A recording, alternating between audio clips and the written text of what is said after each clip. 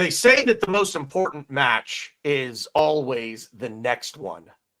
Our next one happens to be a boss fight at the Etihad against our bugaboo of the last 9 seasons. It's been 8 years since we've won a game in that stadium. This Sunday, we will look to correct that and cement our place as perhaps title favorites in the Premier League. It's Manchester City, it's Arsenal. The rubber will meet the road. I've got the real Ryan. I've got Glenn from AFC New York, and I've got the OG Ryan in the house, ready to break it all down. Grab your drinks and your snacks. Let's get to it.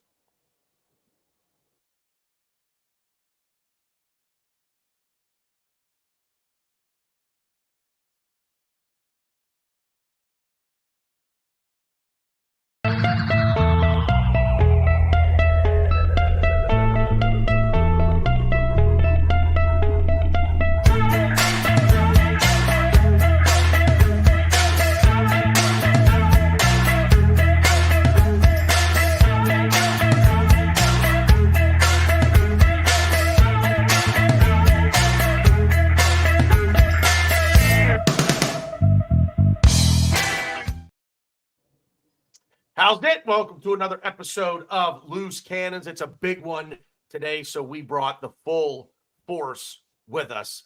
Please tell me somebody gets the full force reference. Kid and Play, House Party, probably not. I'm probably the only guy that knows who Full Force is on this show. Anyway, I know the movie. I don't remember that exact reference, but yeah. Full Force was a group of like 7 dudes. Oh, really? They were massive, man. Like they had so many. They had a couple of hits of their own, but they were big time producers like Lisa Marie, Lisa and Cult Jam. They produced a lot of hits back in the 80s.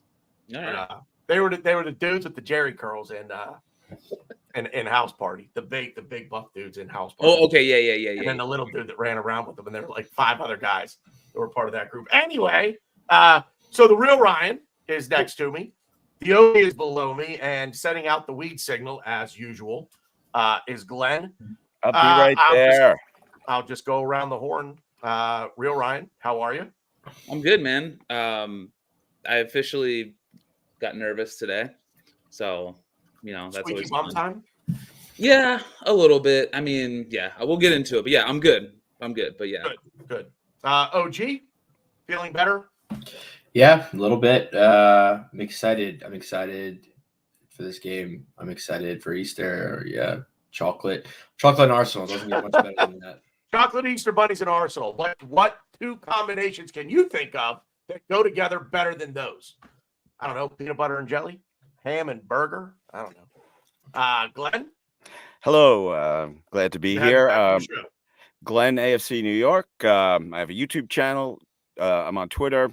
Everything else is a bridge too far. I have just released part 1 and part 2 of my very first trip to see Arsenal Football Club and the UK. And let's go. I'm ready to go, guys. This break has been torturous. It has been. On that note, real quick, the videos, if you have not watched them, please do go check them out. They really are quality videos, as much as Glenn annoys the absolute they're really good videos. That's why I had to give you an assistant producer credit, because I bothered you so many times. That and the cash in my pocket from last night at work will buy me some food. So, but anyway, so let's get into it. I guess what we're gonna do is hang on a minute. Can we get a live stream of Ryan dunking with Dominique on NBA Jam in the back? Yeah, all right. I can dig that. NBA Jam. I used to play the shit out of that game. Yeah, I used to play NBA Jam in the arcade. Not even on a console at home, like in the arcade. It wasn't even close. I was always Jordan. I'm sorry. Go ahead. Now you got me. Was it Jordan? Was it Jordan and Pippen? Yeah, Jordan and Pippen. Pippen was good too to use in that, but MJ. From way downtown, bang. He's on fire. All right, I distracted us. I'm sorry. So basically, what we're gonna do here today, folks, we're gonna preview the big clash against City at the weekend. Pretty much just compare and contrast. Gary's in the house. What's up, Gary? Thanks for being here, man. compare and contrast. We'll start with the goalkeepers. We'll move up to defense. We're not going to compare and contrast individual players or do a combined 11 or anything like that. At least I don't think we're going to do a combined 11. But maybe the way the show goes, maybe we do. I don't know. But you get the point. And then towards the end, we've got a fun couple of little scenarios that OG is going to throw out to the rest of us. I'll give him his. What does OG stand for? Original. Oh, okay. So I have to like. I can't just say Ryan because I've got two Ryans here. No, that's good.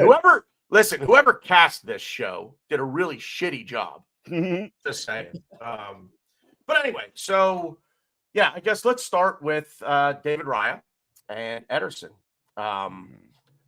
And just, my answer's short. If you want me to go first, I don't even know if Ederson's going to be playing. Actually, that's a good point. I know they have a lot of injuries. I think their backup is. Right, we don't know who's actually going to play.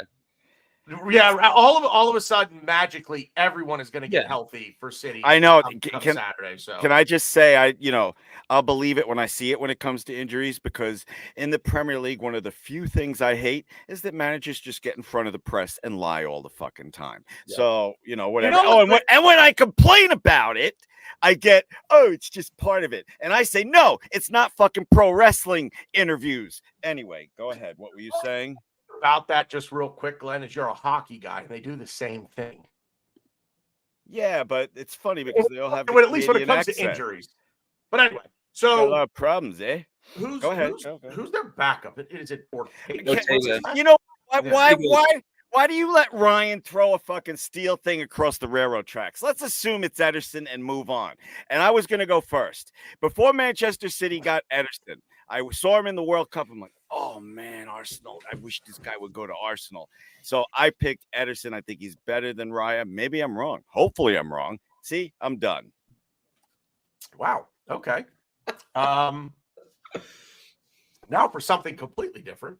No, that's what you asked. I know. Oh, why are you so fired up? Because my wife is in the city, my kids are upstairs, and I feel free for one of those few times that married men with kids feel. Oh, sorry, Ryan up top. I don't know. I got nothing on this. Real Ryan. Let's talk about. Well, let me actually, OG. Or have you seen anything on Reddit regarding Ederson's health? I mean, he hasn't played since he got hurt at the Liverpool game. I don't think he's going to be playing, but I mean, crazier things have happened. So, I mean, it doesn't really matter. I'll keep it short like Glenn. I think Raya is better than both of them. Ooh, nice. I think Ederson is not a good goalkeeper. I think he's very overrated. He's good with the ball, and a lot of the comparisons. Is he a system goalkeeper? Is he considered one of the best in the world because of I just think a lot of the comparisons we're going to be making today, I mean, at the end of the day, Arteta and Pep are like the same manager. They run their ships very similarly, and this is kind of no different.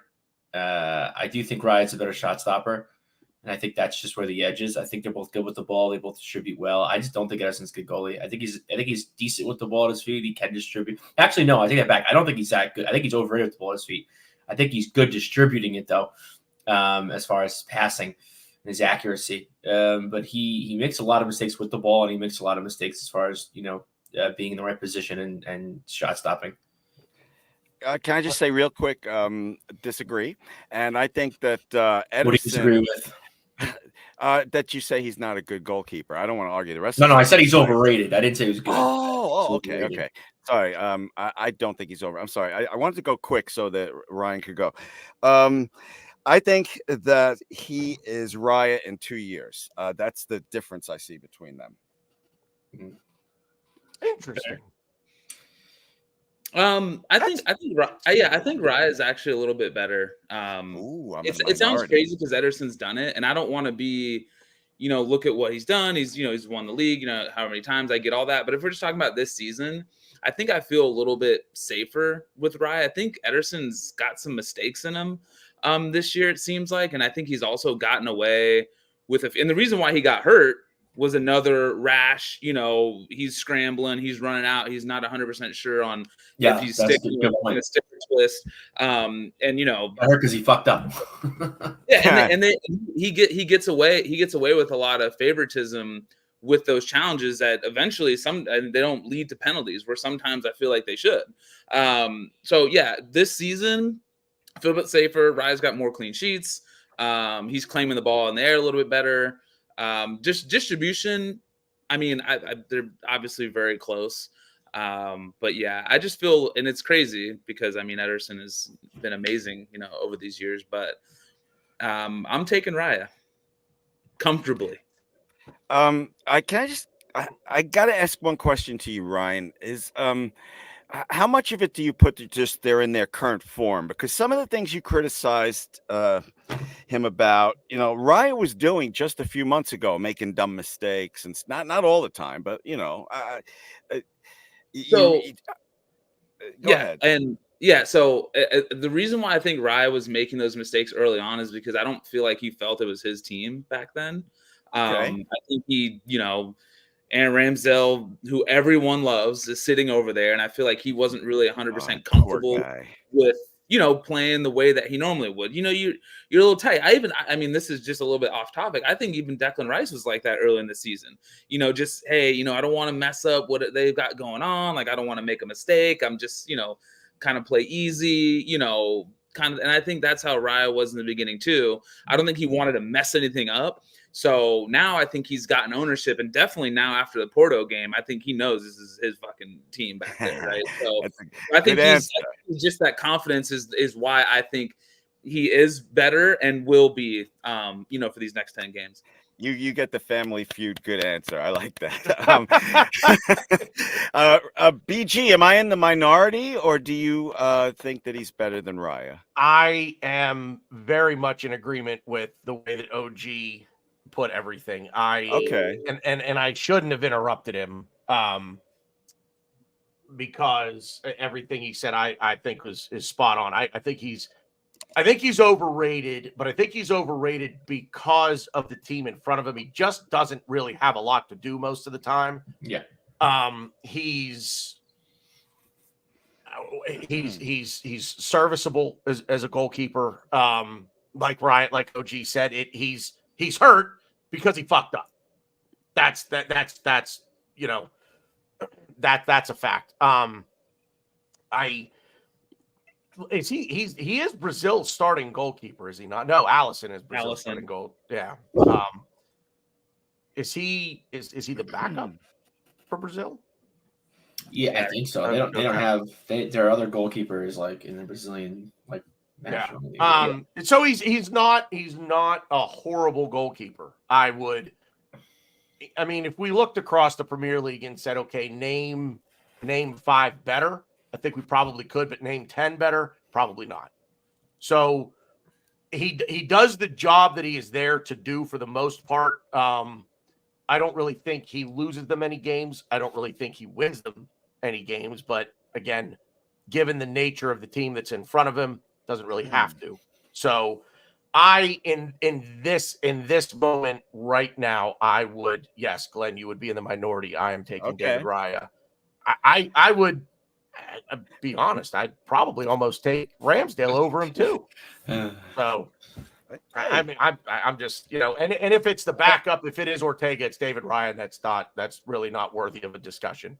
So although Ortega played against us last season, if I am not mistaken, in the FA Cup game that we played at their building and kept a clean sheet. He's good.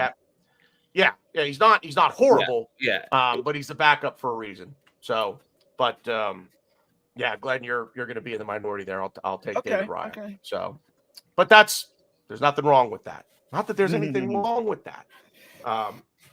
Moving on to defense, and we'll say the back four. John Stones goes off with an injury for England. It looked maybe injury looked maybe precautionary from some of the things that I saw. We'll see. Right. I would think so. But real Ryan, I'll start with you. Just the back four defense in general. Doesn't necessarily need to be the back four. It can just be the system. However you want to, excuse me, I'll say compare the two. But yeah, this one's been tough, right? Because historically, I mean, this is what City really do. I mean, we all know how good they are offensively, but they really can lock it down and they just don't get scored on. I feel like this year they've been a little bit more open back there than maybe we've been used to. I prefer, I mean, you can look at all the numbers. I mean, all the XG against, shots against. I mean, all the numbers are Arsenal is the best defensive team. So obviously, I'm not trying to be too much of a homer here, but I feel a little bit more comfortable about what we've done in the back. Least goals against, least XG against. We give up the least, XG per shot in terms of scoring opportunities. So whether it's system or personnel, I feel like we've been better there. But you start ripping off the names that City can start, and maybe you feel a little bit better about their names. But I think just overall as a defense with system and form, I like where we're at, and I feel comfortable saying that we're better. And I think that's played out throughout the season as well. So I'm taking our back four. And I mean, obviously, if you're going to go player for player, we can do that. But I like what we have. But at the same time, I don't really know what. I mean, I'm assuming it's going to be Ben White, Saliba, and Gabriel, and I guess Kivior. I don't know who's going to be playing out there, but regardless, I'm comfortable. Glenn? Yeah, I was waiting to hear something I disagree with, and I didn't. I would just like to state even more firmly than Ryan just did that I think Arsenal has the best defense in the league, period. And that's why I'm so confident. What is that noise? And that's why I'm so confident about this game. It's so wonderful right now. Usually when my heart and my head disagree when it comes to huge games like this one, they both agree. Definitely both agree. We have the best defense. We're going to show it. And I just hope that City doesn't get their points deduction this season. It's next season. just put them in the hole to start the season. Yeah. OG. So the defense, I think, are the two things to me that for both teams that operate just completely differently. City usually play three center backs. They kind of prioritize their defenders to play defense. Whereas, we have Saliba that can carry the ball up. We have Zinchenko. We have Kivior, who could bomb down the left, invert if they need to. Ben White can do the same thing. He can invert. He can bomb down the right, play with Saka. And we're used to having the ball. So we have those guys attacking, just attacking formations, attacking all the time. So it's, for me, this is kind of the hardest thing to kind of compare. Yeah. But I do think their defense can get got. And I don't know who's playing for them. Kyle Walker got injured in the national break. John Stones got injured. I don't know if they're going to be playing. They have Akanji who is hurt. I think he should be ready to play. I don't know for sure. They have Nathan Ake who I'm a big Nathan Ake guy. I really wanted him when he was playing for Watford. I think he's a great defender, very underrated defender. He's someone to look out for, but on both sides of the ball, attacking and defense. But I mean, at the end of the day, I just think, player for player, we're just better. We have our guys seemingly healthy. I mean, Zinchenko, Kivior, I don't know what's going to go on there. But I have a feeling Arteta is going to want to play Kivior. Kivior has the hot hand. He's playing well. I just think, if you go player for player, I think our defenders are just better. But it is interesting that the City defenders, they mainly play defense. They're not really involved in the attack too much unless they're playing a much, much, much, much weaker team. And our guys are kind of more like Swiss Army knives. So it's going to be interesting to see how that's employed, because I don't think we're going to have as much of the ball as we think we're going to have. So I think comparing them is going to be interesting come Sunday, but I'm going to have to go with Arsenal on this one. Before I give my take on this, let me ask the three of you, Who are you starting at left back for us? OG? Kivior. Glenn? Kivior. Real Ryan? Yeah, it's got to be Kivior at this point. Yeah. Interesting that the three guys who love Zinchenko as much as they do are starting Kivior. Now, You want to put in a cold? You want to put in someone who hasn't played? Well, I guess I was just going to say, let me ask if you can be quick about it. What gives Kivior the edge for you, OG? Is it because Zinchenko He's the hot hand? Yeah. Yes. Is it? He's playing well. He deserves it. He's okay. Hasn't really put a foot wrong, and you can't. I just don't think he could play. I don't think any. I don't think. I think if let's put it this way. I think if Saka hadn't played for months, Zinchenko's been out less than months, but I think if Saka's been out for a long, long time, I don't think you just put him immediately back in the lineup for us. Now, would I? Probably, but I don't. I just think a game like City, you can't just put in someone who hasn't really had meaningful minutes back into the lineup. I'm going to get a little off topic here, but this question just kind of popped into my head. You don't think so? The 19-day break doesn't affect that at all. I'm not trying to be argumentative here. It's interesting to me because I guess kind of what just popped into my head is, but we've just had almost 3 weeks off. Wouldn't they all kind of be, are we? I guess I'll just throw the question out to the panel, and instead of being specific about it, do you worry about rust at all? Are you worried that it's been too long for us since we've played a meaningful game and there's going to be a little bit of rust? Glenn? Oh, sorry. Nah, you know how I feel. Last time I talked to you, we talked about this. I think this is a plus for us. We have the best manager in the Premier League, 19 days to prepare. This is Dubai all over again. Go ahead, OG. What were you going to say? No, I think rust is an issue. It's going to be a problem for us. I think that's going to be our biggest weakness come City. But going back to kind of what we were talking about with Saka and with Zinchenko, match fitness is kind of where I'm at more as rust. Like I don't think Zinchenko doesn't play because of rust. I think he doesn't play because of match fitness. I think they're two completely different things.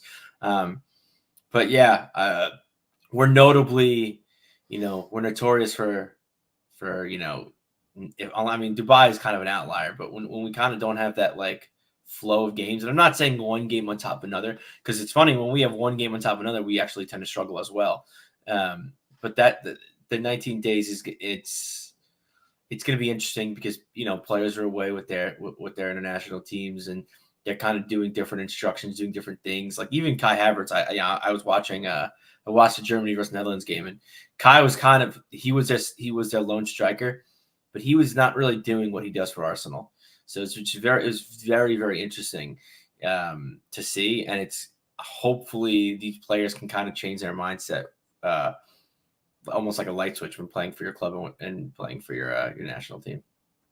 Yeah, Real Ryan, anything on the rust and match fitness? Yeah, so I wanted to touch on the Zinchenko thing too. Is I don't really love Zinchenko and Jorginho playing at the same time. So I'm assuming that Jorginho is going to start. So that'd be one reason for me not feeling as comfortable with having him start, even though we're considering him cold because he hasn't played for a while, and Kivior has done well. So that's my one thing. And I know that they've played together before and it's been fine. But against City, I just feel like that worried me a little bit. So there's plenty of games for Zinchenko, and we've talked about this. Like different styles make fights. Like there's going to be games where we'll need more passing, we'll need a lot of different things than we would against City. And like we said, like we might not have the ball as much against City. So having the extra passing and controlling might not be there. So we might need more defending, which I think Kivior fits perfectly for at the moment. I'm with Ryan too. Like we had guys not play. Obviously, we have Gabby, who hasn't played. Both Gabbies. Well, actually, all the Gabbies didn't play for Brazil, right? So, match fitness. Obviously, there's different tactics and roles for different national teams. They're not playing the exact same way that they play for us. And it's not like and Ryan mentioned, it's not like we've all been together for 19 days training and going over stuff. We've all been, all over the world playing for our national teams. And some people have played a lot. like Declan Rice. Thanks a lot, Southgate. Just cool. Run him into the ground. Appreciate that. Right. Kivior played a $120 the other day in a crazy match to get them into the Euros, which congratulations to them. So yeah, I am a little bit worried about that. I'm glad we'll have however many days we have to train together and get everyone back. But yeah, I think the beginning of the game might be a little ugly, just because it's away at City, whatever you think of their crowd and atmosphere, it could be, it's a big game. So yeah, I'm worried that it's going to be a little choppy and ugly to start. So hopefully we can smooth it out. But it's not a normal break like we've normally had. And we're really good at those. Like when we were all together and we have long breaks, we usually come back and we're amazing. This is a little different. So we'll see. Can I just say one thing about Southgate playing Declan Rice in fucking exhibition games for the 2 fucking entire games? He gets the Jeff Spicoli. You dick! I can't believe he did that. I can't believe he did that. I mean, he was the first person since Tony Adams to captain the England team at Wembley in 24 years. So he was gonna play.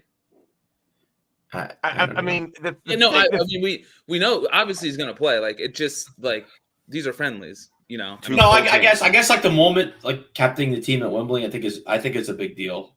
I guess I would. Yeah, do I upgrade it to a glorified friendly? Sure, but I don't know. I also think that players, there's just something where they just care. They care more for their team, their national team, because they're playing for their country, they represent their country. So I think a friendly in that sense is a little different than Arsenal playing City in Baltimore, Maryland. It's completely it's different. I mean, look, I agree, but Southgate knows we're literally in the business end of the season with the Champions League, and I mean, if he gets hurt in a meaningless friendly, I'm killing him. And I get it. But is it not? It's just this isn't a qualifier. I'm not saying he's not going to play, but does it have to be 90-90s within 4 days? Yeah, I guess my if I were to play devil's advocate on this, I would say Gareth Southgate has a job, and his job is to manage the England national team to the best of his abilities and to put the best team out there that he that he feels it is. Does he have a responsibility to the clubs that these players play for? That's the reason why we're even having a conversation about if people are faking injuries, because no one trusts him. Yeah, true. You know what I mean? But we're not about hey, are they actually hurt? Who knows? And that's because they don't want to.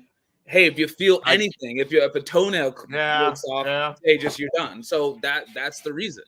So I'm not sending my players if I don't trust the manager that he's going to look after them when we have, if Declan Rice goes down, our fucking season's over. So that's where I'm at. So look, with all due respect to Bottom Ryan, not having a problem with it, it's 2 exhibition games for the full game. To me, there's no excuse for that. Well, and just real quick, Ryan on top, I'm not joking around. Sometimes people can't tell when I'm joking. Has anyone told you sound exactly like James Woods? I'm just wondering. What? Okay. Yeah. Listen to his voice when he talks. Listen to his voice when he talks. That's weird, but I can see. Yeah. Listen. I can hear it. Don't be self-conscious, Ryan. Oh, no, I don't care. Okay. James Woods is a great actor. Yeah, I love James Woods. James Woods is a great actor.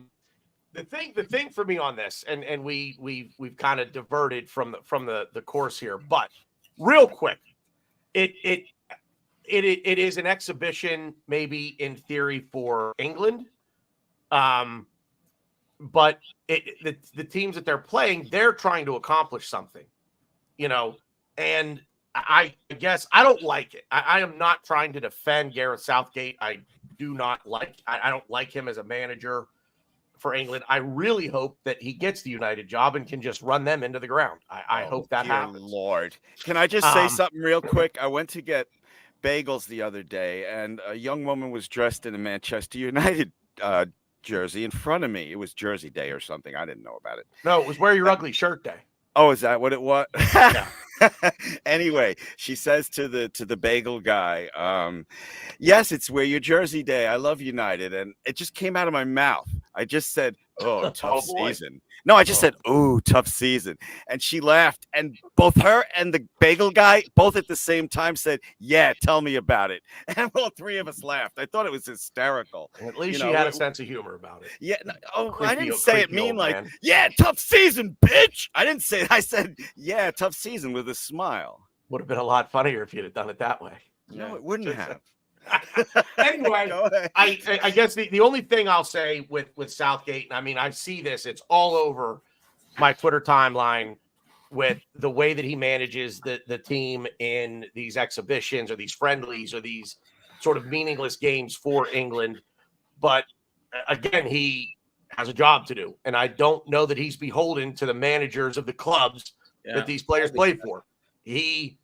I guess putting myself, I'll put it this way. And it's whenever I play FIFA and I play on manager career mode, I turn off international job offers because I don't want to be tempted. It's the dumbest thing, but I do look forward to that. I do kind of understand why he does what he does. I also understand the complaints and the vitriol that he gets for doing what he does in terms of team selection. So moving on from the Garrison, because I feel like we could just do an entire show. I mean, I saw quickly, like, I get it. I get people hate Southgate. I don't like him either. But, like, he needs to prepare his team for Euros. It's, like, kind of a big deal. You can't, like, play your best 11. I don't even remember who's in their group, but you can't play your best 11 at the first game of their group and be like, I hope they gel. I hope they figured it out because I had to sit Declan Rice because of Arsenal. I had to sit, Saka. I had to sit all these guys. Like, no, these guys need to gel. These guys need to play together. They need these exhibition games. I think are more important than you guys think. And I think they need to come ready come Euros. What really is the difference between these exhibition games to that point and the exhibitions or the friendlies that we as a club play over the summer? We're bringing in new signings. We want to see how they're going to mesh with their teammates. I think they're completely different. Given what you just said, I'm not sure there is really. No, there. Well, my point is that these exhibition games aren't. I mean, I guess on paper they're exhibition games, but they. I get what you're getting at, but when the team goes to America or they go to Singapore, Austin Trusty was playing for us, and he was in the MLS skills competition. Okay. I mean, I guess I'll say toward the end of the preseason friendly schedule, if you will, you start to see the players that are going to be in the match day 18, going forward. So maybe I should have qualified that with toward the end of the preseason tours and everything as we're ramping up toward the beginning of the season. But anyway, to kind of get us back on track here for this weekend, just my take defensively, I've said this before. I'll say it again. I would not classify individually William Saliba or Gabriel as the best center half in the world, but together I think they make up the best center back pairing in the world. OG kind of hit it on the head again. We're agreeing way too much today, but just the way that we play with, Ben White and the things that he can do and the things that he is doing. The way that Jakub Kiwior has really come into his own, playing this role that he really had never played. He's, kind of making it his own. He's not doing the things that Zinchenko does. He's not doing the things that Tomiyasu does. I think he's a healthy mix of both. And if that is who gets the start, and I don't know, because the other guy we didn't even mention when talking about would you start Kiwior, would you start Tomiyasu? And I think that would fall into the same thing that OG said about, and Ryan said about match fitness versus rust. Tomiyasu hasn't played really since the Asia Cup. So we're talking a month and a half where he's not played. So he hasn't played even longer than Zinchenko has. But it is still a shout. So, but defensively, yeah, the nod goes to us. We do have the best defensive stats in the league, making us the best defensive side in the league. And at the end of the day, I just trust our guys more than I would trust theirs. To do that. But again, they've got great players over there, and the things that they do are fantastic. It's not as, I guess I'm worried that maybe I'm making this seem a little bit more cut and dry than what I think it actually is. I don't think the gap is so wide. It is close. It is close. But really what puts it over the edge for me are the two center backs. I look at Saliba and Gabriel, and I just say to myself, as I said, together they work off one another so perfectly and so well.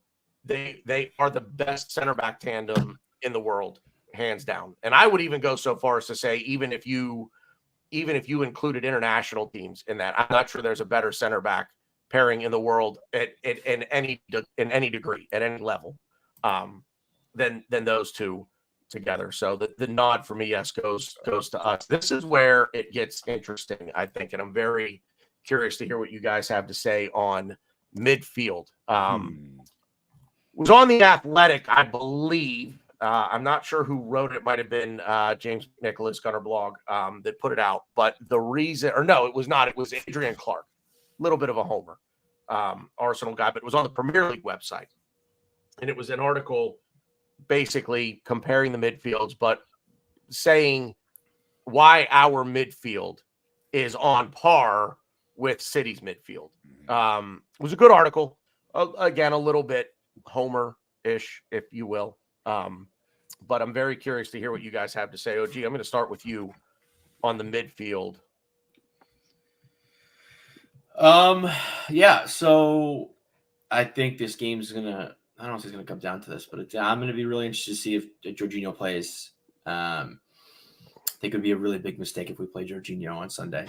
I really hope we don't play him, but I mean, I just think Arteta is the kind of guy that's, if it ain't broke, don't fix it. So I think he plays. I just think KDB is the best midfielder in the world. Certainly the Premier League. It's not even a question. Problem is for them, his minutes are being managed. He kind of tore his hamstring up last season because they played him too much. So it's going to be interesting to see how they monitor him in such a big game like this. When he came off against Liverpool, he had words with Pep. It was very interesting to see that whole dynamic kind of pan out. Rodri just can't seem to produce a yellow when he's playing us. So that's always an issue. That's always going to be an issue for us. And Bernardo Silva is, I think, a really good player as well. Yeah, I don't know. I think the first half, this is going to sound weird, but the first half, I really like City's midfield. I just think KDB is so good. And I think when you have a rabid dog like Rodri on the loose and he's not really going to get penalized for it, I mean, I think that's a huge advantage as well. And yeah, I just have a feeling Jorginho's going to play, and that might hurt us a little bit. But yeah, it's stupid enough. I'm going to pick City in the first half, and I'm going to pick us in the second. I love that. Second half, because I also think Odegaard, who is turning into one of my favorite Arsenal players, is great with the ball, great with his touches, his passing. I don't think he'll see the ball that much against City, and he tends to struggle against City, which sucks. Hopefully Declan Rice can kind of hold up the midfield for us and kind of keep us in the game. And then in the second half, I think we're going to just take over and win that midfield battle. Before I bring in the other guys, who do you start ahead of Jorginho then? What does your midfield look like to start the game? I think it's Rice, Odegaard, Havertz, which sucks because I think Rice is hard to go. I think Havertz's best position for us is that striker role. So yeah, I don't know. It's very tricky. I'm probably going to change my answer in 5 minutes who I would start, because I think Jesus is the guy who should start. He hasn't been playing well though. But then you have Trossard too. I think Trossard's got to come in. Where does he play? He can't really play the left 8. I don't know. I'm kind of all over the place with this left A position because I don't really. I think our best player in that position is probably Declan Rice, but then I don't want to see Jorginho at the 6. So yeah, it kind of creates a little bit of a problem for me. But I guess right now at this very moment, I'm saying you play Havertz. Interesting. We're gonna come back to that, but Glenn. Oh, midfield. I thought the other Ryan was going for. Well, my answer's short, and I'm really interested to hear the other Ryan about Jorginho. I'll make it simple. I think City have a slight edge in midfield, and I don't know if I know you complained about yellow cards, but Rodri, he's one of my favorite players. If he wasn't on City, Interesting. Yeah. So anyway, a slight edge to City there. Real Ryan? Yeah, I mean, it's City. De Bruyne loves playing us. he's so good.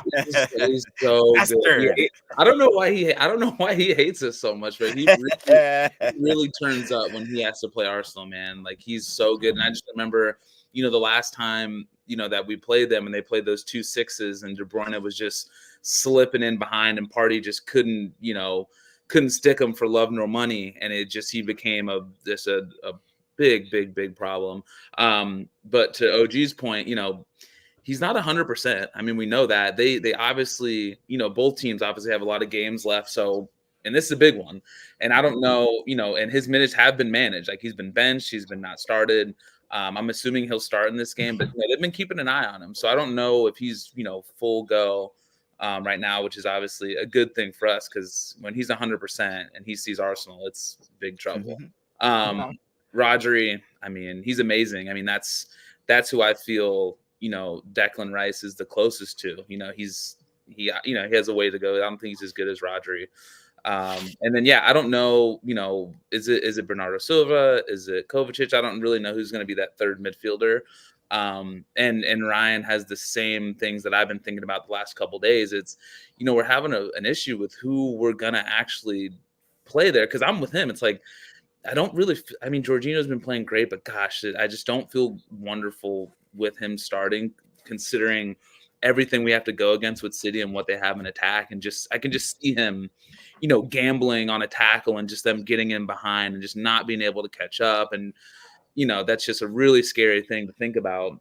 And this is, we've talked about this all season. I mean, I need to just get over it, but it's just like, this is the exact game why you want Thomas Partey healthy. Because if we had Partey and we had Declan Rice and we had Odegaard, I would be like, I would maybe consider our midfield might have a slight edge, but we don't have that. And then if we don't do Jorginho, I can't even imagine a world where we're bringing Kai Havertz back at the left A, and then we did like the big little thing where we did like, Trossard at false 9 and Kai Havertz at left 8. Like, I don't know what he's going to do. So I'm very, because of that. And I think City knows what their plan is in the midfield. That's where the edge for me comes. So yeah, that's something I've been thinking about a lot, is how we're going to maintain that space in the midfield. So I don't know, but yeah, it's definitely City that has the nod there for sure. I can't believe I write shit down and I still forget to say it. Just one major agreement, a disagreement with Ryan on the bottom. I don't think in any way, shape, or form Arteta plays the "if it ain't broke, don't fix it" card. I think that dude is all about strategy. Glenn, we've played the same 11 for like 3 weeks straight. What are you talking about? Look at the strategy, my friend. Look at the strategy. Yeah, because we keep winning, so we're playing. We're literally playing. Little tweaks. Why didn't we rotate against Porto? Why didn't we rotate against Brentford? We had games that we need to get players like ESR, Reece Nelson. He's playing the same 11 over and over again. Jorginho, I don't think Jorginho has been the perfect player to play in all of these games. He was perfect against Newcastle, perfect against Porto, and I think we're just winning and it's working, so he's playing. I disagree. I think it's based on their drills during the week, and then I think it's based on strategy. The dude is a strategist. Okay. Okay. Yeah, the edge goes to City here for me, and it's what you guys have all said. It's De Bruyne, it's Rodri. As much as I really enjoy watching De Bruyne play. He's just a silky smooth footballer, one of the best in the world. I cannot stand watching Rodri play. That dude is he? Can we figure out a character name and put him in the WWE, please? Because that's where he belongs. It's just what he does, and as OG said, just can't seem to produce a yellow card. I think the on-field officials are just afraid of him. I think they're just afraid that if they show him a yellow card, he's going to tooth them. He's going to go. Favors from Anthony Taylor, that's for sure. So I'm sorry. Can I just say one thing? He is a talented Tasmanian devil. That's all. I'm not going to. I don't agree. I don't think he's talented. I think he's good. Okay. I think he gets away with so much shit that makes him look good because it's like, all right, well. I can see both. I can see both. I mean, he's a bully, which I mean, yeah. Listen, if you could have that kind of enforcer on your team and get away with it, like, listen, all props to Roger. Well, Gabrielle does it, but classier. Gabrielle's a fucking leader.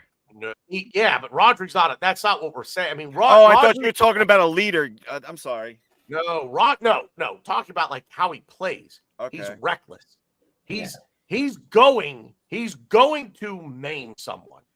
Mm-hmm. I mean, he's going to go like what? Oh man, I'm tapping out of this conversation. I almost said something. Absolutely. Where do I tap out? All right, tap out. Then we're still talking about it. He's going to. Who was the player for Everton whose leg Son broke? Gomez. I can never remember his name. Andre Gomez. He's gorgeous. He's a gorgeous man. How could you? You gorgeous. Ooh, there's a flurry of activity below the screen on OG's end right now. Good looking guy. What do you want me to say? Just went from 6 to 12. No, that's Rodri's. I can't believe it hasn't happened yet. I will say. I mean, there's talent there. You don't get recruited by City without but. You're also two things can be true at the same time. He is talented. He's also very, very reckless. But imagine if Xhaka didn't get half the bookings he got when he played for us. Right. People would be praising him like they're people are praising him. If he would get the cards that he deserves, he'd play half the season because he'd be suspended all the time. So, but that said, there's an edge there. Can you guys just for a second? Glenn, I thought you tapped out. I got a question to end it. Oh, okay. You know what? I'm not even going to ask it now. Ask the question. Oh. Jesus. Anyway, so it's funny that no one, real Ryan, you did mention it, but I mean, I think Thomas Partey is healthy. I would like to think that getting some minutes before this extended break, and now with the extended break, I'm hoping he is healthy. Yeah, I mean, we saw that we played behind closed doors. We played QPR. I guess Party played. God fucking rat. Tomiyasu played. But I mean, okay, he's a professional, but we're not throwing him, away at Etihad. That's for sure. But no. I hope he was terrible for us when he came on, but I guess I just kind of look at it as he really was not good when he came on. That being said, we know what happened in the reverse fixture when he came on with Tomiyasu and was it Havertz? It was Tomiyasu.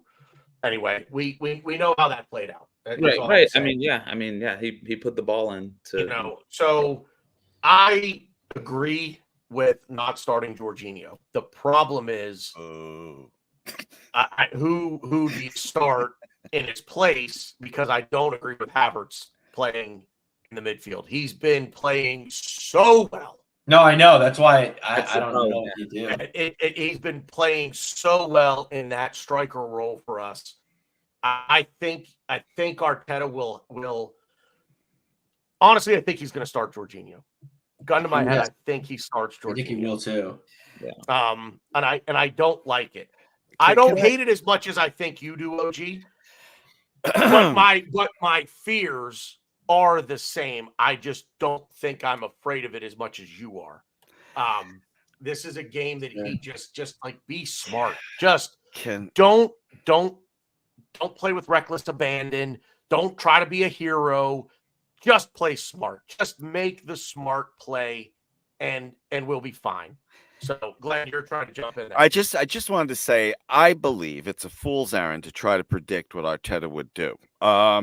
Will do. I'm sorry, will do. Especially right now with the break, with the 19-day break. Yeah, I agree with that. So what I'd like to say, now I know Ryan on the bottom said he doesn't want Jorginho to start. BG, did you just say you don't want Jorginho to start?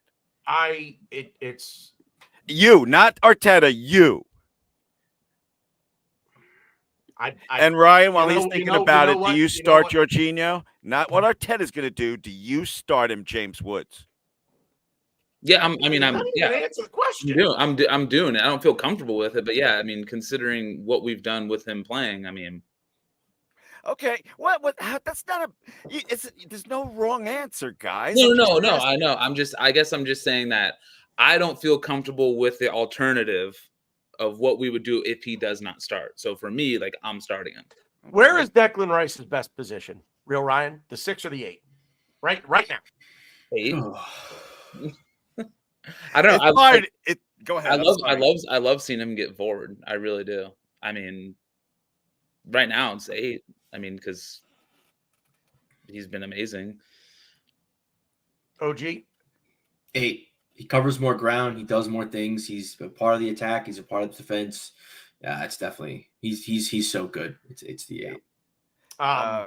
Just so real quick, it's I enjoy him, bombing forward, but so much part of the fun of watching Arsenal right now is how they change everything around. It's just crazy. You see Odegaard sometimes drop back, at DM. It's a beautiful thing to watch. That's all I'm saying. It's like, Rice is going to play back and he's going to bomb forward because Arteta is a flowing, moving dealie. So who is the better 6? Declan Rice or Jorginho? Depends what you're trying to do. Play City. Declan. Okay. Yeah. So here's where I'm going with this, because I think the more I would be tempted to maybe bring Trossard in to the 8 and back Declan up to the 6, because I don't want to move Havertz out of that 9, and I don't feel comfortable bringing Partey in to play the 6. Trossard has been awful for us in the left 8. That's like his worst position. That's why, that's why I almost kind of back to square one where I guess I would play Jorginho. Do you? Because I have no other option. I don't want to play Trossard at the left 8. Yeah, I got to say, I agree. Trossard is not that good. When Martinelli was down and Trossard filled in for him, it was obvious the lack of. He's not good in transitions. I don't know. I think Trossard's best. I think his worst position for us since joining Arsenal has been when Arteta's deployed him as our left 8. Mm-hmm. I think his worst position's been when he's tried to play him as a false 9. Because he's done that a little bit too. He's better in the center. That's wild. I think that's his best position for us. Yeah, he's better in the center. I think he's better in the center. Yeah, because he operates in the middle of the field. He switches with Jesus. He switches with Havertz. He has more of a dynamic thing to him, like where he's moving around more. Even when he plays for Martinelli and he plays that left wing, okay, he switches with Havertz a lot. Havertz plays wide, so for him.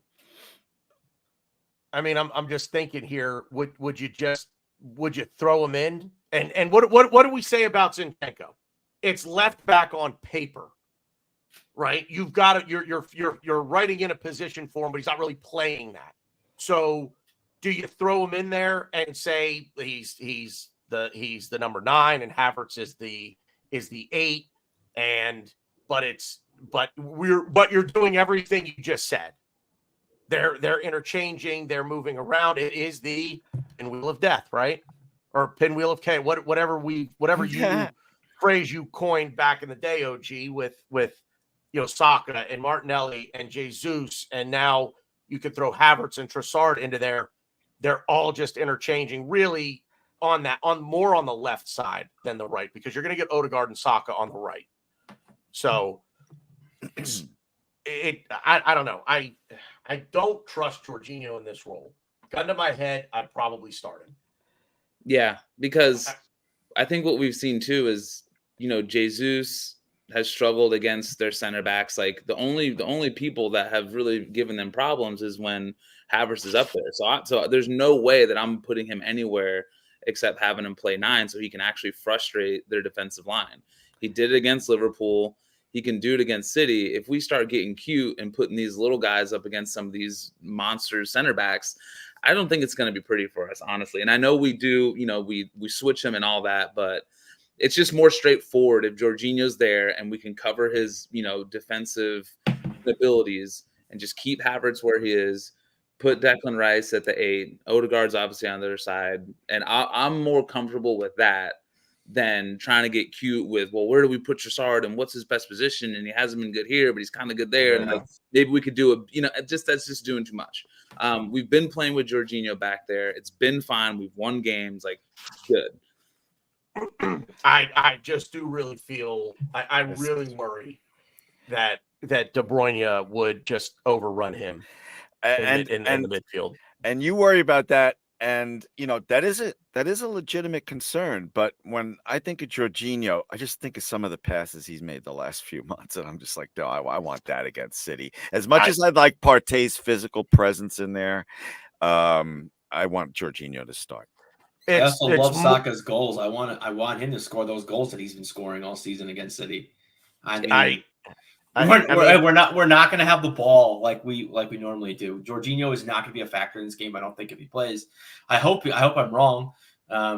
He's not going to be able to get his passing off. Just how good their midfielder is, and like I said earlier, how their defenders actually play defense, and they have really good defenders that kind of just focus on defending and not really inverting and moving around. I mean, they kind of play 3 at the back and Stones inverts, but I don't know. I don't know if Jorginho is going to have the success he's been having for us. I don't. And I really hope I'm wrong, but yeah. Well, I think you also have to take into consideration the opponents that we've played, in the last, month, but we'll go back, almost 3 And KDB is probably he is. I think he's the best midfielder in transition in the world. Like just knowing, getting the ball and knowing what to do with it, where to go, where to run, where to pass. His Jorginho is the worst midfielder in transition. I think KDB will skin Jorginho alive. And I think if both those players start and they're both doing what they do, I think KDB has at least 2 to 3 big chances. He creates at least 2-3 big chances for City. Which worries me, but Real Ryan, you remember at the beginning of the show how you said you got nervous today? I'm now you're here now. Very specific conversation made me I know. nervous. The only thing that made me nervous is just seeing KDB go against Jorginho. That's the only thing that makes me nervous with this game. So it does this whole thing leads into the attack, and this is really where I think it is really really hard to. I think it's really hard to separate the two. I think if we're not level with, if we're not both right here, then it literally is just it's teetering on a knife's edge. To give an advantage to either side. I think I don't know. Real Ryan, what do you think? This one, this is tough because I don't know if Martinelli's playing. So I really need to know if he's playing. So I don't know, and that's the thing that is bothering me. And I'm just gonna assume that he is. Mm-hmm. But there was some crazy tweet that he's out, but he could be out for the season or something crazy. So just I want someone that is like a ITK or someone, and that won't happen because I think. Mikel does a good job with he's not going to tell you who's 100%, right? He wants it to be a guessing game. Let Pep stay up all night thinking about who we're going to play, kind of like what we're doing now. But I don't know if he's playing. If he's playing, then that's great. I think he offers us something that, pushes them back, gets them a little nervous about, Raya with balls over the top, just gives them something more to think about. Obviously, we know Saka, and I'm assuming they'll go with, has it just been Foden, Holland, and is it Doku? Because I guess Grealish isn't playing, right, recently?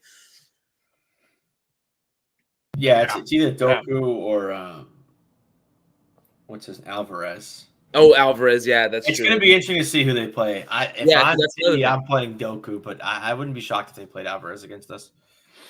Yeah, so I guess I like. I mean, and another thing too why I like our attack here is I'm not as worried about Haaland because Gabriel and Saliba have kind of, done their thing against him, and he hasn't been as scary when those two are playing. So we've done a good job neutralizing him. I think he didn't have a shot on target last time we played him, right? I don't think when we played at home. So we do a good job on him.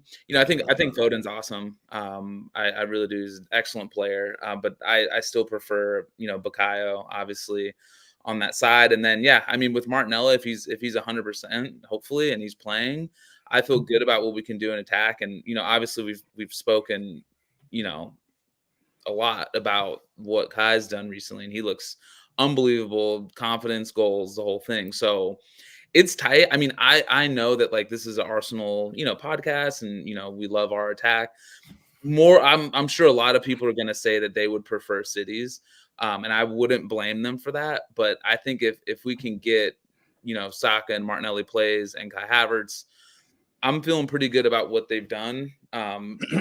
So I'm good with putting us there, but it's so close. We're talking about, and that's probably just because I'm an Arsenal fan. It's probably this. Glenn. Okay, I'm going to assume Martinelli's playing also. It's been 19 days. He's like 23 years old. When I was 23 years old, I was at a party. I drank like 15 beers. I blacked out. The next day, I was back making fries at Burger King. So I don't fucking want to hear it. And yes, I was a manager, so fuck you. And you know what? Martinelli's playing, and it's pretty even. Yeah. Okay? It's pretty even, the offense. But I'm going to do form. And we get the slight edge. And the only way that City's going to win this game is if we miss our fucking chances. Slight edge to Arsenal on offense. And I know I'm in the minority because I looked at the betting line before I came here. 100% win probability, blah, blah, blah, blah, blah. Okay. Manchester City, 50% chance to win. Arsenal, 25%. Draw, 25%. I'm like, right. Wow. I thought we'd be in the 30s. I thought we'd be in the 30s. This is obviously not a better. This is from Football London this morning. Okay. Martinelli has been seen on crutches this week. Yeah, I don't like that. So that doesn't sound good. Long time to still be on crutches. Pro wrestling. Yeah. But anyway, so that's that. OG.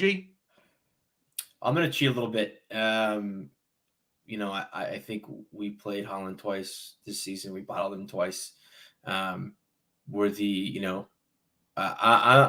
want Martinelli to play. Don't get me wrong. I think we attacking down that left is going to be key to our success. But Trossard has scored against him this season, and we have 2 goals against them. They have 1, and their 1 goal is from a player that's not even on their team anymore. So I think our attack's better. We've scored against them with players currently on our team. They haven't. I think if we play Trossard on the left instead of Martinelli, I'm still confident that we could win this game. Trossard started for us when we played them this season. He played the first half, and then we kind of brought Martinelli on and kind of opened the game up and broke it open. But Trossard did score in stoppage time against them in the Community Shield. So we're better. Only issue I kind of makes me waver just a tiny bit is since this whole midfield debate started, I kind of want to play Jesus in our 9 because I think we kind of need that fight.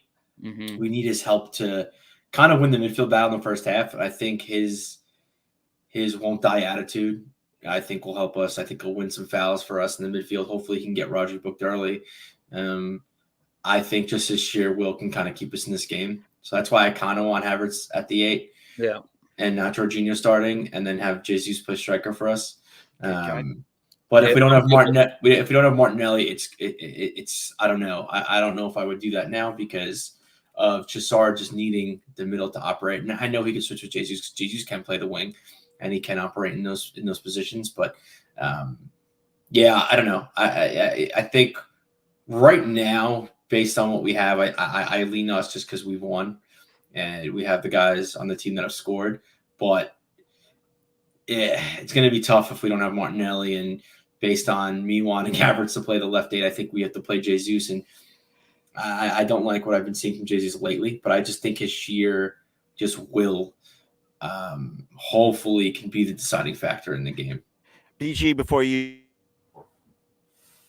do your thing, I just want to say something real quick because I don't know how much time I have. I think we're going to win 2-1, and that's it. That's all I want to say. Now go ahead. I don't know how long I have. I'm just saying I think we're going to win 2-1. Okay. Love it. I love that. The only thing for me, and like I said, it's really close, and I'm going to give the edge to City on this just because of Haaland. I mean, yes, I know what we've done against him, but at any moment, he is that player. He is one of a very small handful of players in the world that can just take over a game. And we don't have that player.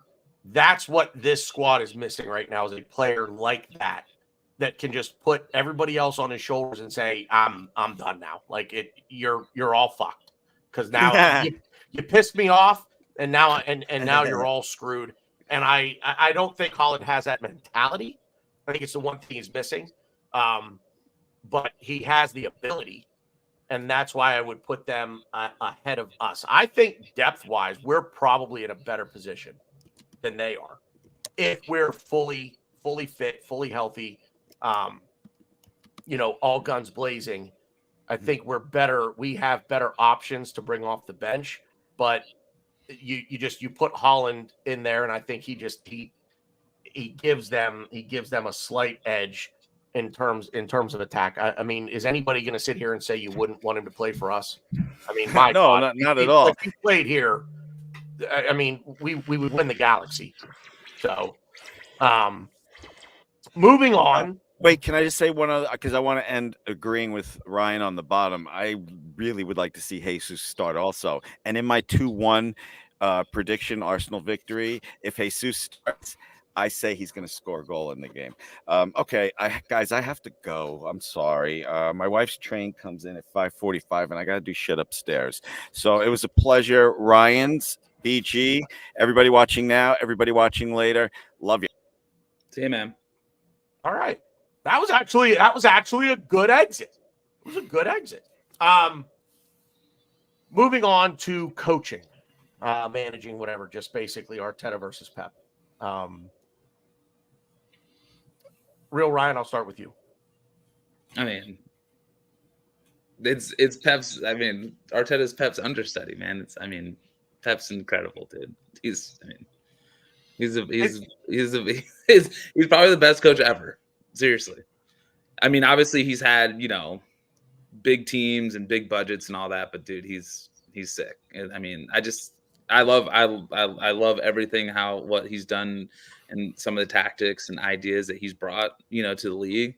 Obviously Arteta learned a lot from him, and Arteta's amazing in his own right, but I mean, Pep's the coach. I mean, he's the best. He's the best. Is there? How do I? I'm trying to think of how to word this. Is this a factor on Sunday? Pep versus Arteta. Is there a factor there to be to be discussed? OG. Yeah. I mean, I was gonna keep it short, but you suggested that question. Yeah. Kind of glad Glenn's on here, but I'm just gonna say Pep, and that's it. No. Yes, I think Pep is a tremendous manager. I think he's a great coach. I think he's had brilliant ideas. I think he's really changed the way the game is played. It's very almost Cruyff-like, with some of his ideas. Cruyff really kind of modernized the game when he was managing, and now we get Pep, and he's kind of doing the same thing. And now you see, idea and different tactics and things that he's doing. Arteta has taken those ideas and kind of put a few of his own ideas on top of them.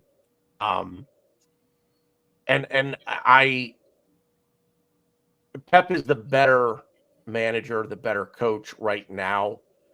If Arteta continues the way that he's trending and can really hone his system, get better at subs, timing, things like that, things we've discussed on this show before. There's something about Mikel Arteta and the energy that he has on the touchline, and I know everybody complains about it. I love it, and I will say that I think it is a wholly American thing, the rah shish boom bah kind of thing, and that's why I love it. Well, it's not why I love it. I am who I am, and I'm American, and I love it. But you don't really get that from Pep. But I do think that I think you look at the teams, and you look at City, and you look at Pep, and Pep is so composed, he's so calm, and you look at City, and they never look worried. They never look out of character, out of, we don't know what to do. Even if they're losing, they still look like they're doing exactly what they want to do. And I think that's a reflection of the manager. And with Arteta and the energy that he brings on the touchline and his passion and that vibrance, I think that translates to us as well. And for a young team, I think you need that. I think, just translating that on the field is, I think both of these teams are mirror images of the man who is managing them and their personalities. And I think their personalities are very different. At least during game day. So, and I don't want to, I don't want to sell Mikel short because he's created an because I mean, if you look at all the, the underlying stats and whatnot, it's actually crazy when you chart everything out, like where Arsenal are in all these charts. It's like, oh, here's all the other teams.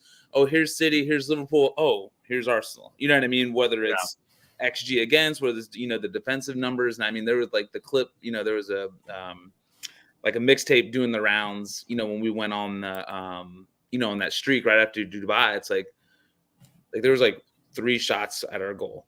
You know what I mean? Like during the whole time, that were like good chances.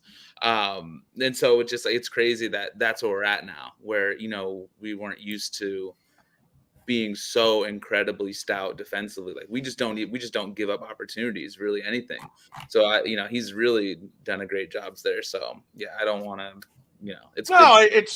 I mean, certainly not cutting Arteta off at the knees to make Pep seem taller. I don't think that's it at all. And let's face it, Pep's been at this for 20 years, 25 years, give or take.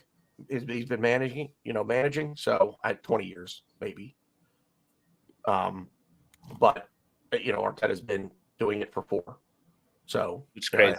There's obviously going to be a gap there, but boy, oh boy, if you started rattling off top managers in the world, Arteta's going to be in the conversation.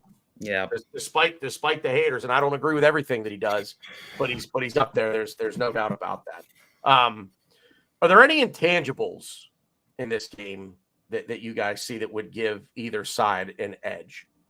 And I mean, just this is basically, I'll say, the wrap up of everything. But is there anything that you look at one side or the other and say, well, there is this, and not necessarily a player, a vibe, the stadium, Easter Sunday I don't know. Is there anything else that comes to your mind that you say, this is something that maybe deserves a mention? And either one of you, I don't care who goes. I mean, the only thing is that they've just done this before, and this is just what they do. Yeah. They're very used to breaking the season up in these, these mini clusters or quadrants or whatever you want to call them. And we've seen them, rip off 10, 15 games in a row when they need to.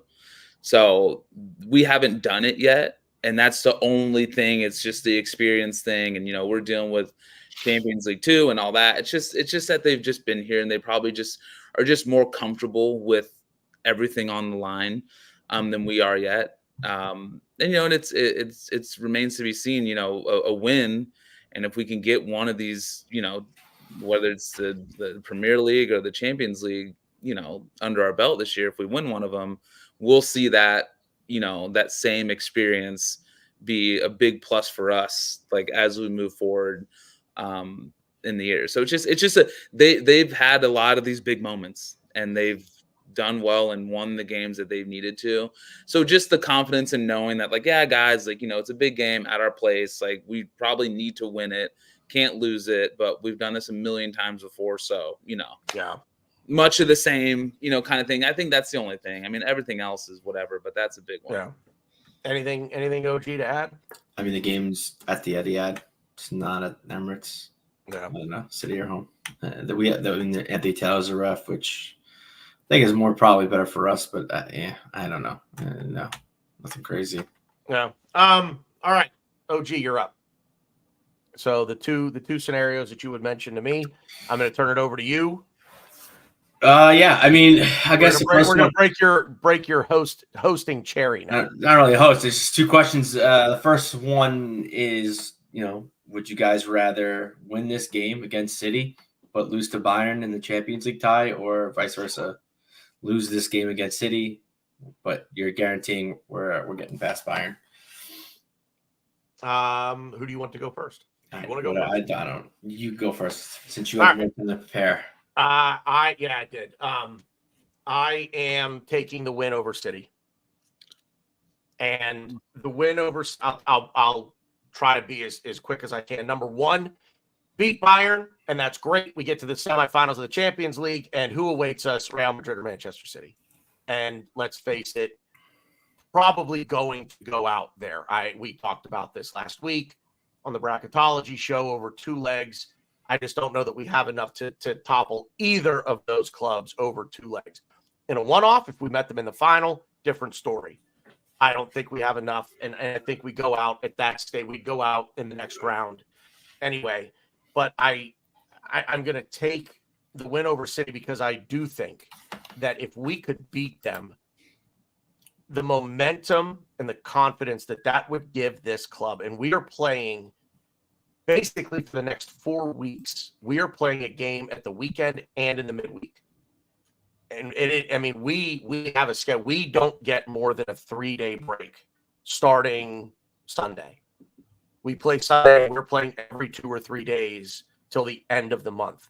The momentum that a win over City could give us would just be massive, and the confidence, and I can't, the momentum, I can't stress enough how important I think that would be.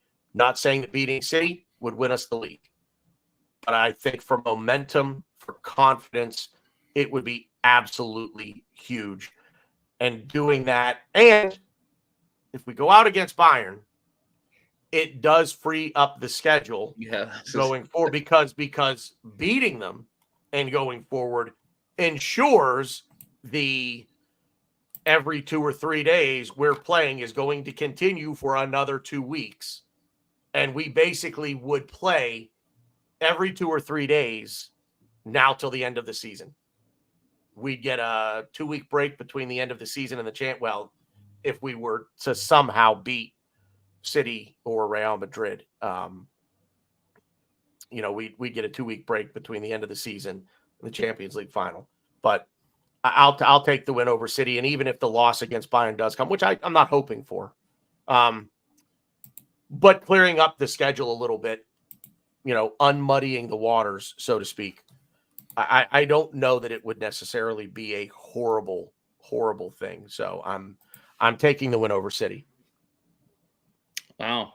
I know it's funny because while you were saying that, I was literally like agreeing the whole time because I'm on the other side, and then you mentioned the part about just like basically just all you have to worry about is the Premier League games, which would be a big thing for us considering the games that we have left. But just to make it fun, I'll go with losing to City. We're a huge underdog anyways at the Etihad. So I mean, it wouldn't be shocking if it did happen, and mathematically the title wouldn't be off. Obviously it would put us in a really big hole if they got 3 points there. So I mean, obviously that's a big thing, but man, there's just a part of me that really wants to keep going and the competition that we've never won. Also sending fucking Harry Kane home, which would be amazing and awesome because we got Tottenham fans becoming Bayern fans now, and they're getting all excited about it. And I'd love to make them miserable yet again and send the best player they've ever had out of the competition. While granted sends them packing in the Bundesliga too, so it's just great all around. But yeah, there's just I really loved how we've played, being back in the Champions League and just getting through Porto and dealing with maybe a fist fight that we weren't prepared for, but now we've like kind of learned a lesson on how to maybe get through some of these away European games. And I think it's just good for just the Arsenal program in general, just to get to a Final Four, if you will, in the Champions League. So everything you said makes so much sense. And I do think that if we did beat City, like we would be in pole position, but we still have United away, Tottenham away. Obviously it would only be, one game a week or whatever, but like we can't drop points in probably any of those. Yeah. So yeah, that's a really good question. But like, I've really just, I know, I guess let's put it this way. There's only one outcome that we're offering here where there's a definitive, it's over. And that's if we lose to Bayern, it's over. We're out of a competition. Right. If we lose to City, we're technically, now a lot of things have to break our way for it to happen, but it's technically not mathematically over, even though it probably is. But at least we're still in both competitions, and that it would be good for me. We would only be 1 point behind, or 1 point behind them. It's true. And we're 11 goals to the good on goal difference over them. We do have now that. they do have some, they've got they've got a really favorable run in, so they're going to make up some ground, I think. And the goal difference department game is going to be later, and so Tottenham's going to have that huge break. That 14 days that they're not playing, and they somehow didn't find a date that they could play City. So they're going to play City. I'm assuming at the end of the year, and I don't really think they're going to be doing us any favors trying to win that game. So yeah, no. We're at 90 minutes. Well, Ryan, you got to give us your answer, by the way. Yeah. So I'll probably change my answer next time we have the show, but I would rather lose to City on Sunday and beat Bayern. I'm in the minority. I think we beat Bayern. Hopefully we get City, and we use this game as bulletin board material. And I don't want to be cocky, but if we can get past City in the semifinals, I think the Champions League is ours. And to me, that's something that I want. I want the Premier League too. Don't get me wrong. I want both. Obviously, I'd be an idiot not to. But I definitely think that the Champions League is right there, and I want it. I kind of want Champions League just a tiny bit more. And I also think that this race this season between us, Liverpool, and City is just the closest race that's ever been. I think the next season will open up a little more for us, and I think we'll have a better opportunity to kind of secure it a little earlier. But yeah, I think our path to a trophy is, I don't want to say better or easier, but I envision it. Whereas the Premier League, we can't slip up. I could see City winning out and not losing a game. I could see Liverpool maybe dropping 2 points. We haven't done that yet. And that's that we will do that. Not that we will drop points, but we haven't done it yet. And we haven't won Champions League either. But I just think getting past Bayern, I think, like Ryan said, sending Harry Kane would be pretty awesome, and kind of ridding those demons of 10-2 Bayern Munich. So I think that kind of propels us into a really good spot against City or Madrid even. But I would really want City in the semis for sure. And I think I can't see how it's not Barcelona on the other side. I don't know. I mean, I shouldn't say that. I could see. That whole side of the bracket is just weak sauce. I'm not really considering any of those teams. We're almost at 90 minutes here, and it's been a good show. We're going to save the second scenario for a later time, but I will get this question in really, really quick. Our colleague 3-point sniper. Do we think Arteta sits on a draw late in the game, given the opportunity, or are we aggressive through the final whistle?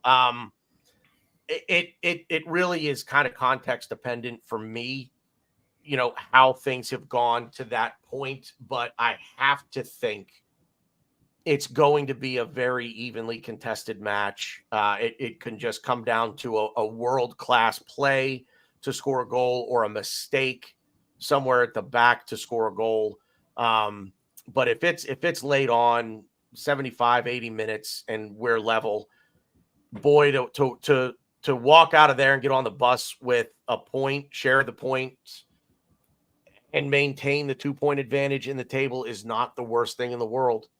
And I wouldn't hate him if he did it. And I could see that, like maybe just, not absorb pressure, because I think it's like the old NFL prevent defense. All you do is prevent yourself from winning. You can absorb some pressure, but don't take your foot off the gas completely. So, but I can see a situation where, he may just sit back and play for the draw. OG. Yeah, I can see that too. I also think he like just, which to be fair, I get it. Like I think he just holds Pep on a higher standard and a higher level than everybody else. So like to tie him at the Etihad, I could see him taking something out of that and being like, yeah, this is good. I do think Arteta's a no-nonsense kind of guy and he wants to win every game. Don't get me wrong, but I think deep down at the end of the day, taking a point in this game, I think he'll take that. He'll respect that. And I do. I still think Liverpool has a chance to I think Liverpool will draw points, and I think we're definitely still in it. So it'll be interesting. I can almost see like us making subs like we're taking the draw, but then yet pushing forward and being aggressive like we want to nick one at the end. So yeah, but I agree. I also think it's just interesting the context of the game and how we're doing. Come 70 minutes, 80 minutes. Real Ryan. Yeah, I think if you offered either manager a draw, they'd bite your hand off if you offered it to him today. Because I think they both realize that this is just a game you just can't lose, right? I think that's how they're looking at it. And especially just with what we have moving forward and just momentum, gosh, trying to go for it and you lose and get scored on in the 86th or 87th minute, it's just like it would just be so like just demoralizing. So I think if it's late and it's tight and it's 1-1, I think both managers will kind of be okay with that. And obviously different things happen, on the pitch. I don't think you can really say like you tell everyone, hey, like we're going for a draw, just like, no one press or no one, do certain things because like we're just happy with 1-1. Like obviously game state can change even if you are just trying to keep it tight and you're cool with just sharing the points. I like I like what Ryan was mentioning. Like the subs will kind of tell us what we want to do, but it might almost be like a smoke screen, like almost like a fake. Yeah, like draw's good, Pep, and then try and like do something out the back door with some crazy long ball or something. But I think this one, a draw is fine. I mean, and that's kind of that's what it looks like. It almost feels like that's what it will be. Almost like when Liverpool and City played. I mean, it's just like everyone was saying, like, oh, it's probably going to be a draw, and the betting line was looking like a draw, and all the stuff, and it ended up being a draw. So, and that was the same kind of situation where it was just like, we were sitting there hoping for a draw because if any team got 3 points from that game, it's like, oh man, well, no one's going to catch them. So yeah, I just feel like if it comes down to and it's late, I don't know how you like call off the dogs or whatever, but I don't think we're going to be overly aggressive to try and get a winner if it looks like both teams are cool with it. So yeah, it's a good question. But it, like I say, it's going to be closely contested, I think. So, that's going to we don't know what the players are going to do, because look at what Martinelli did at Porto away, right? Like everyone was like, "Oh, cool, draw. All right, we're cool. What's he trying to do? He tries to knock an 80-yard ball across the field, to try and get him behind to try to win the game, and it ended up burning us, So for as much as we want to be like, yeah, like draw is cool, like fucking who knows what the players do? So, but yeah, to answer the question, I think he'll chill. Yeah, calma.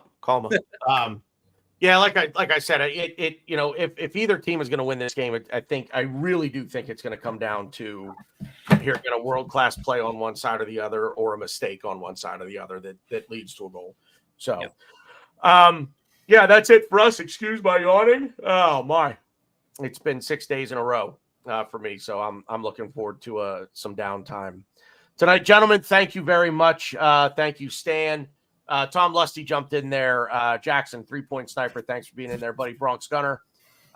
Gary was in there right at the very beginning. Hopefully he's still with us.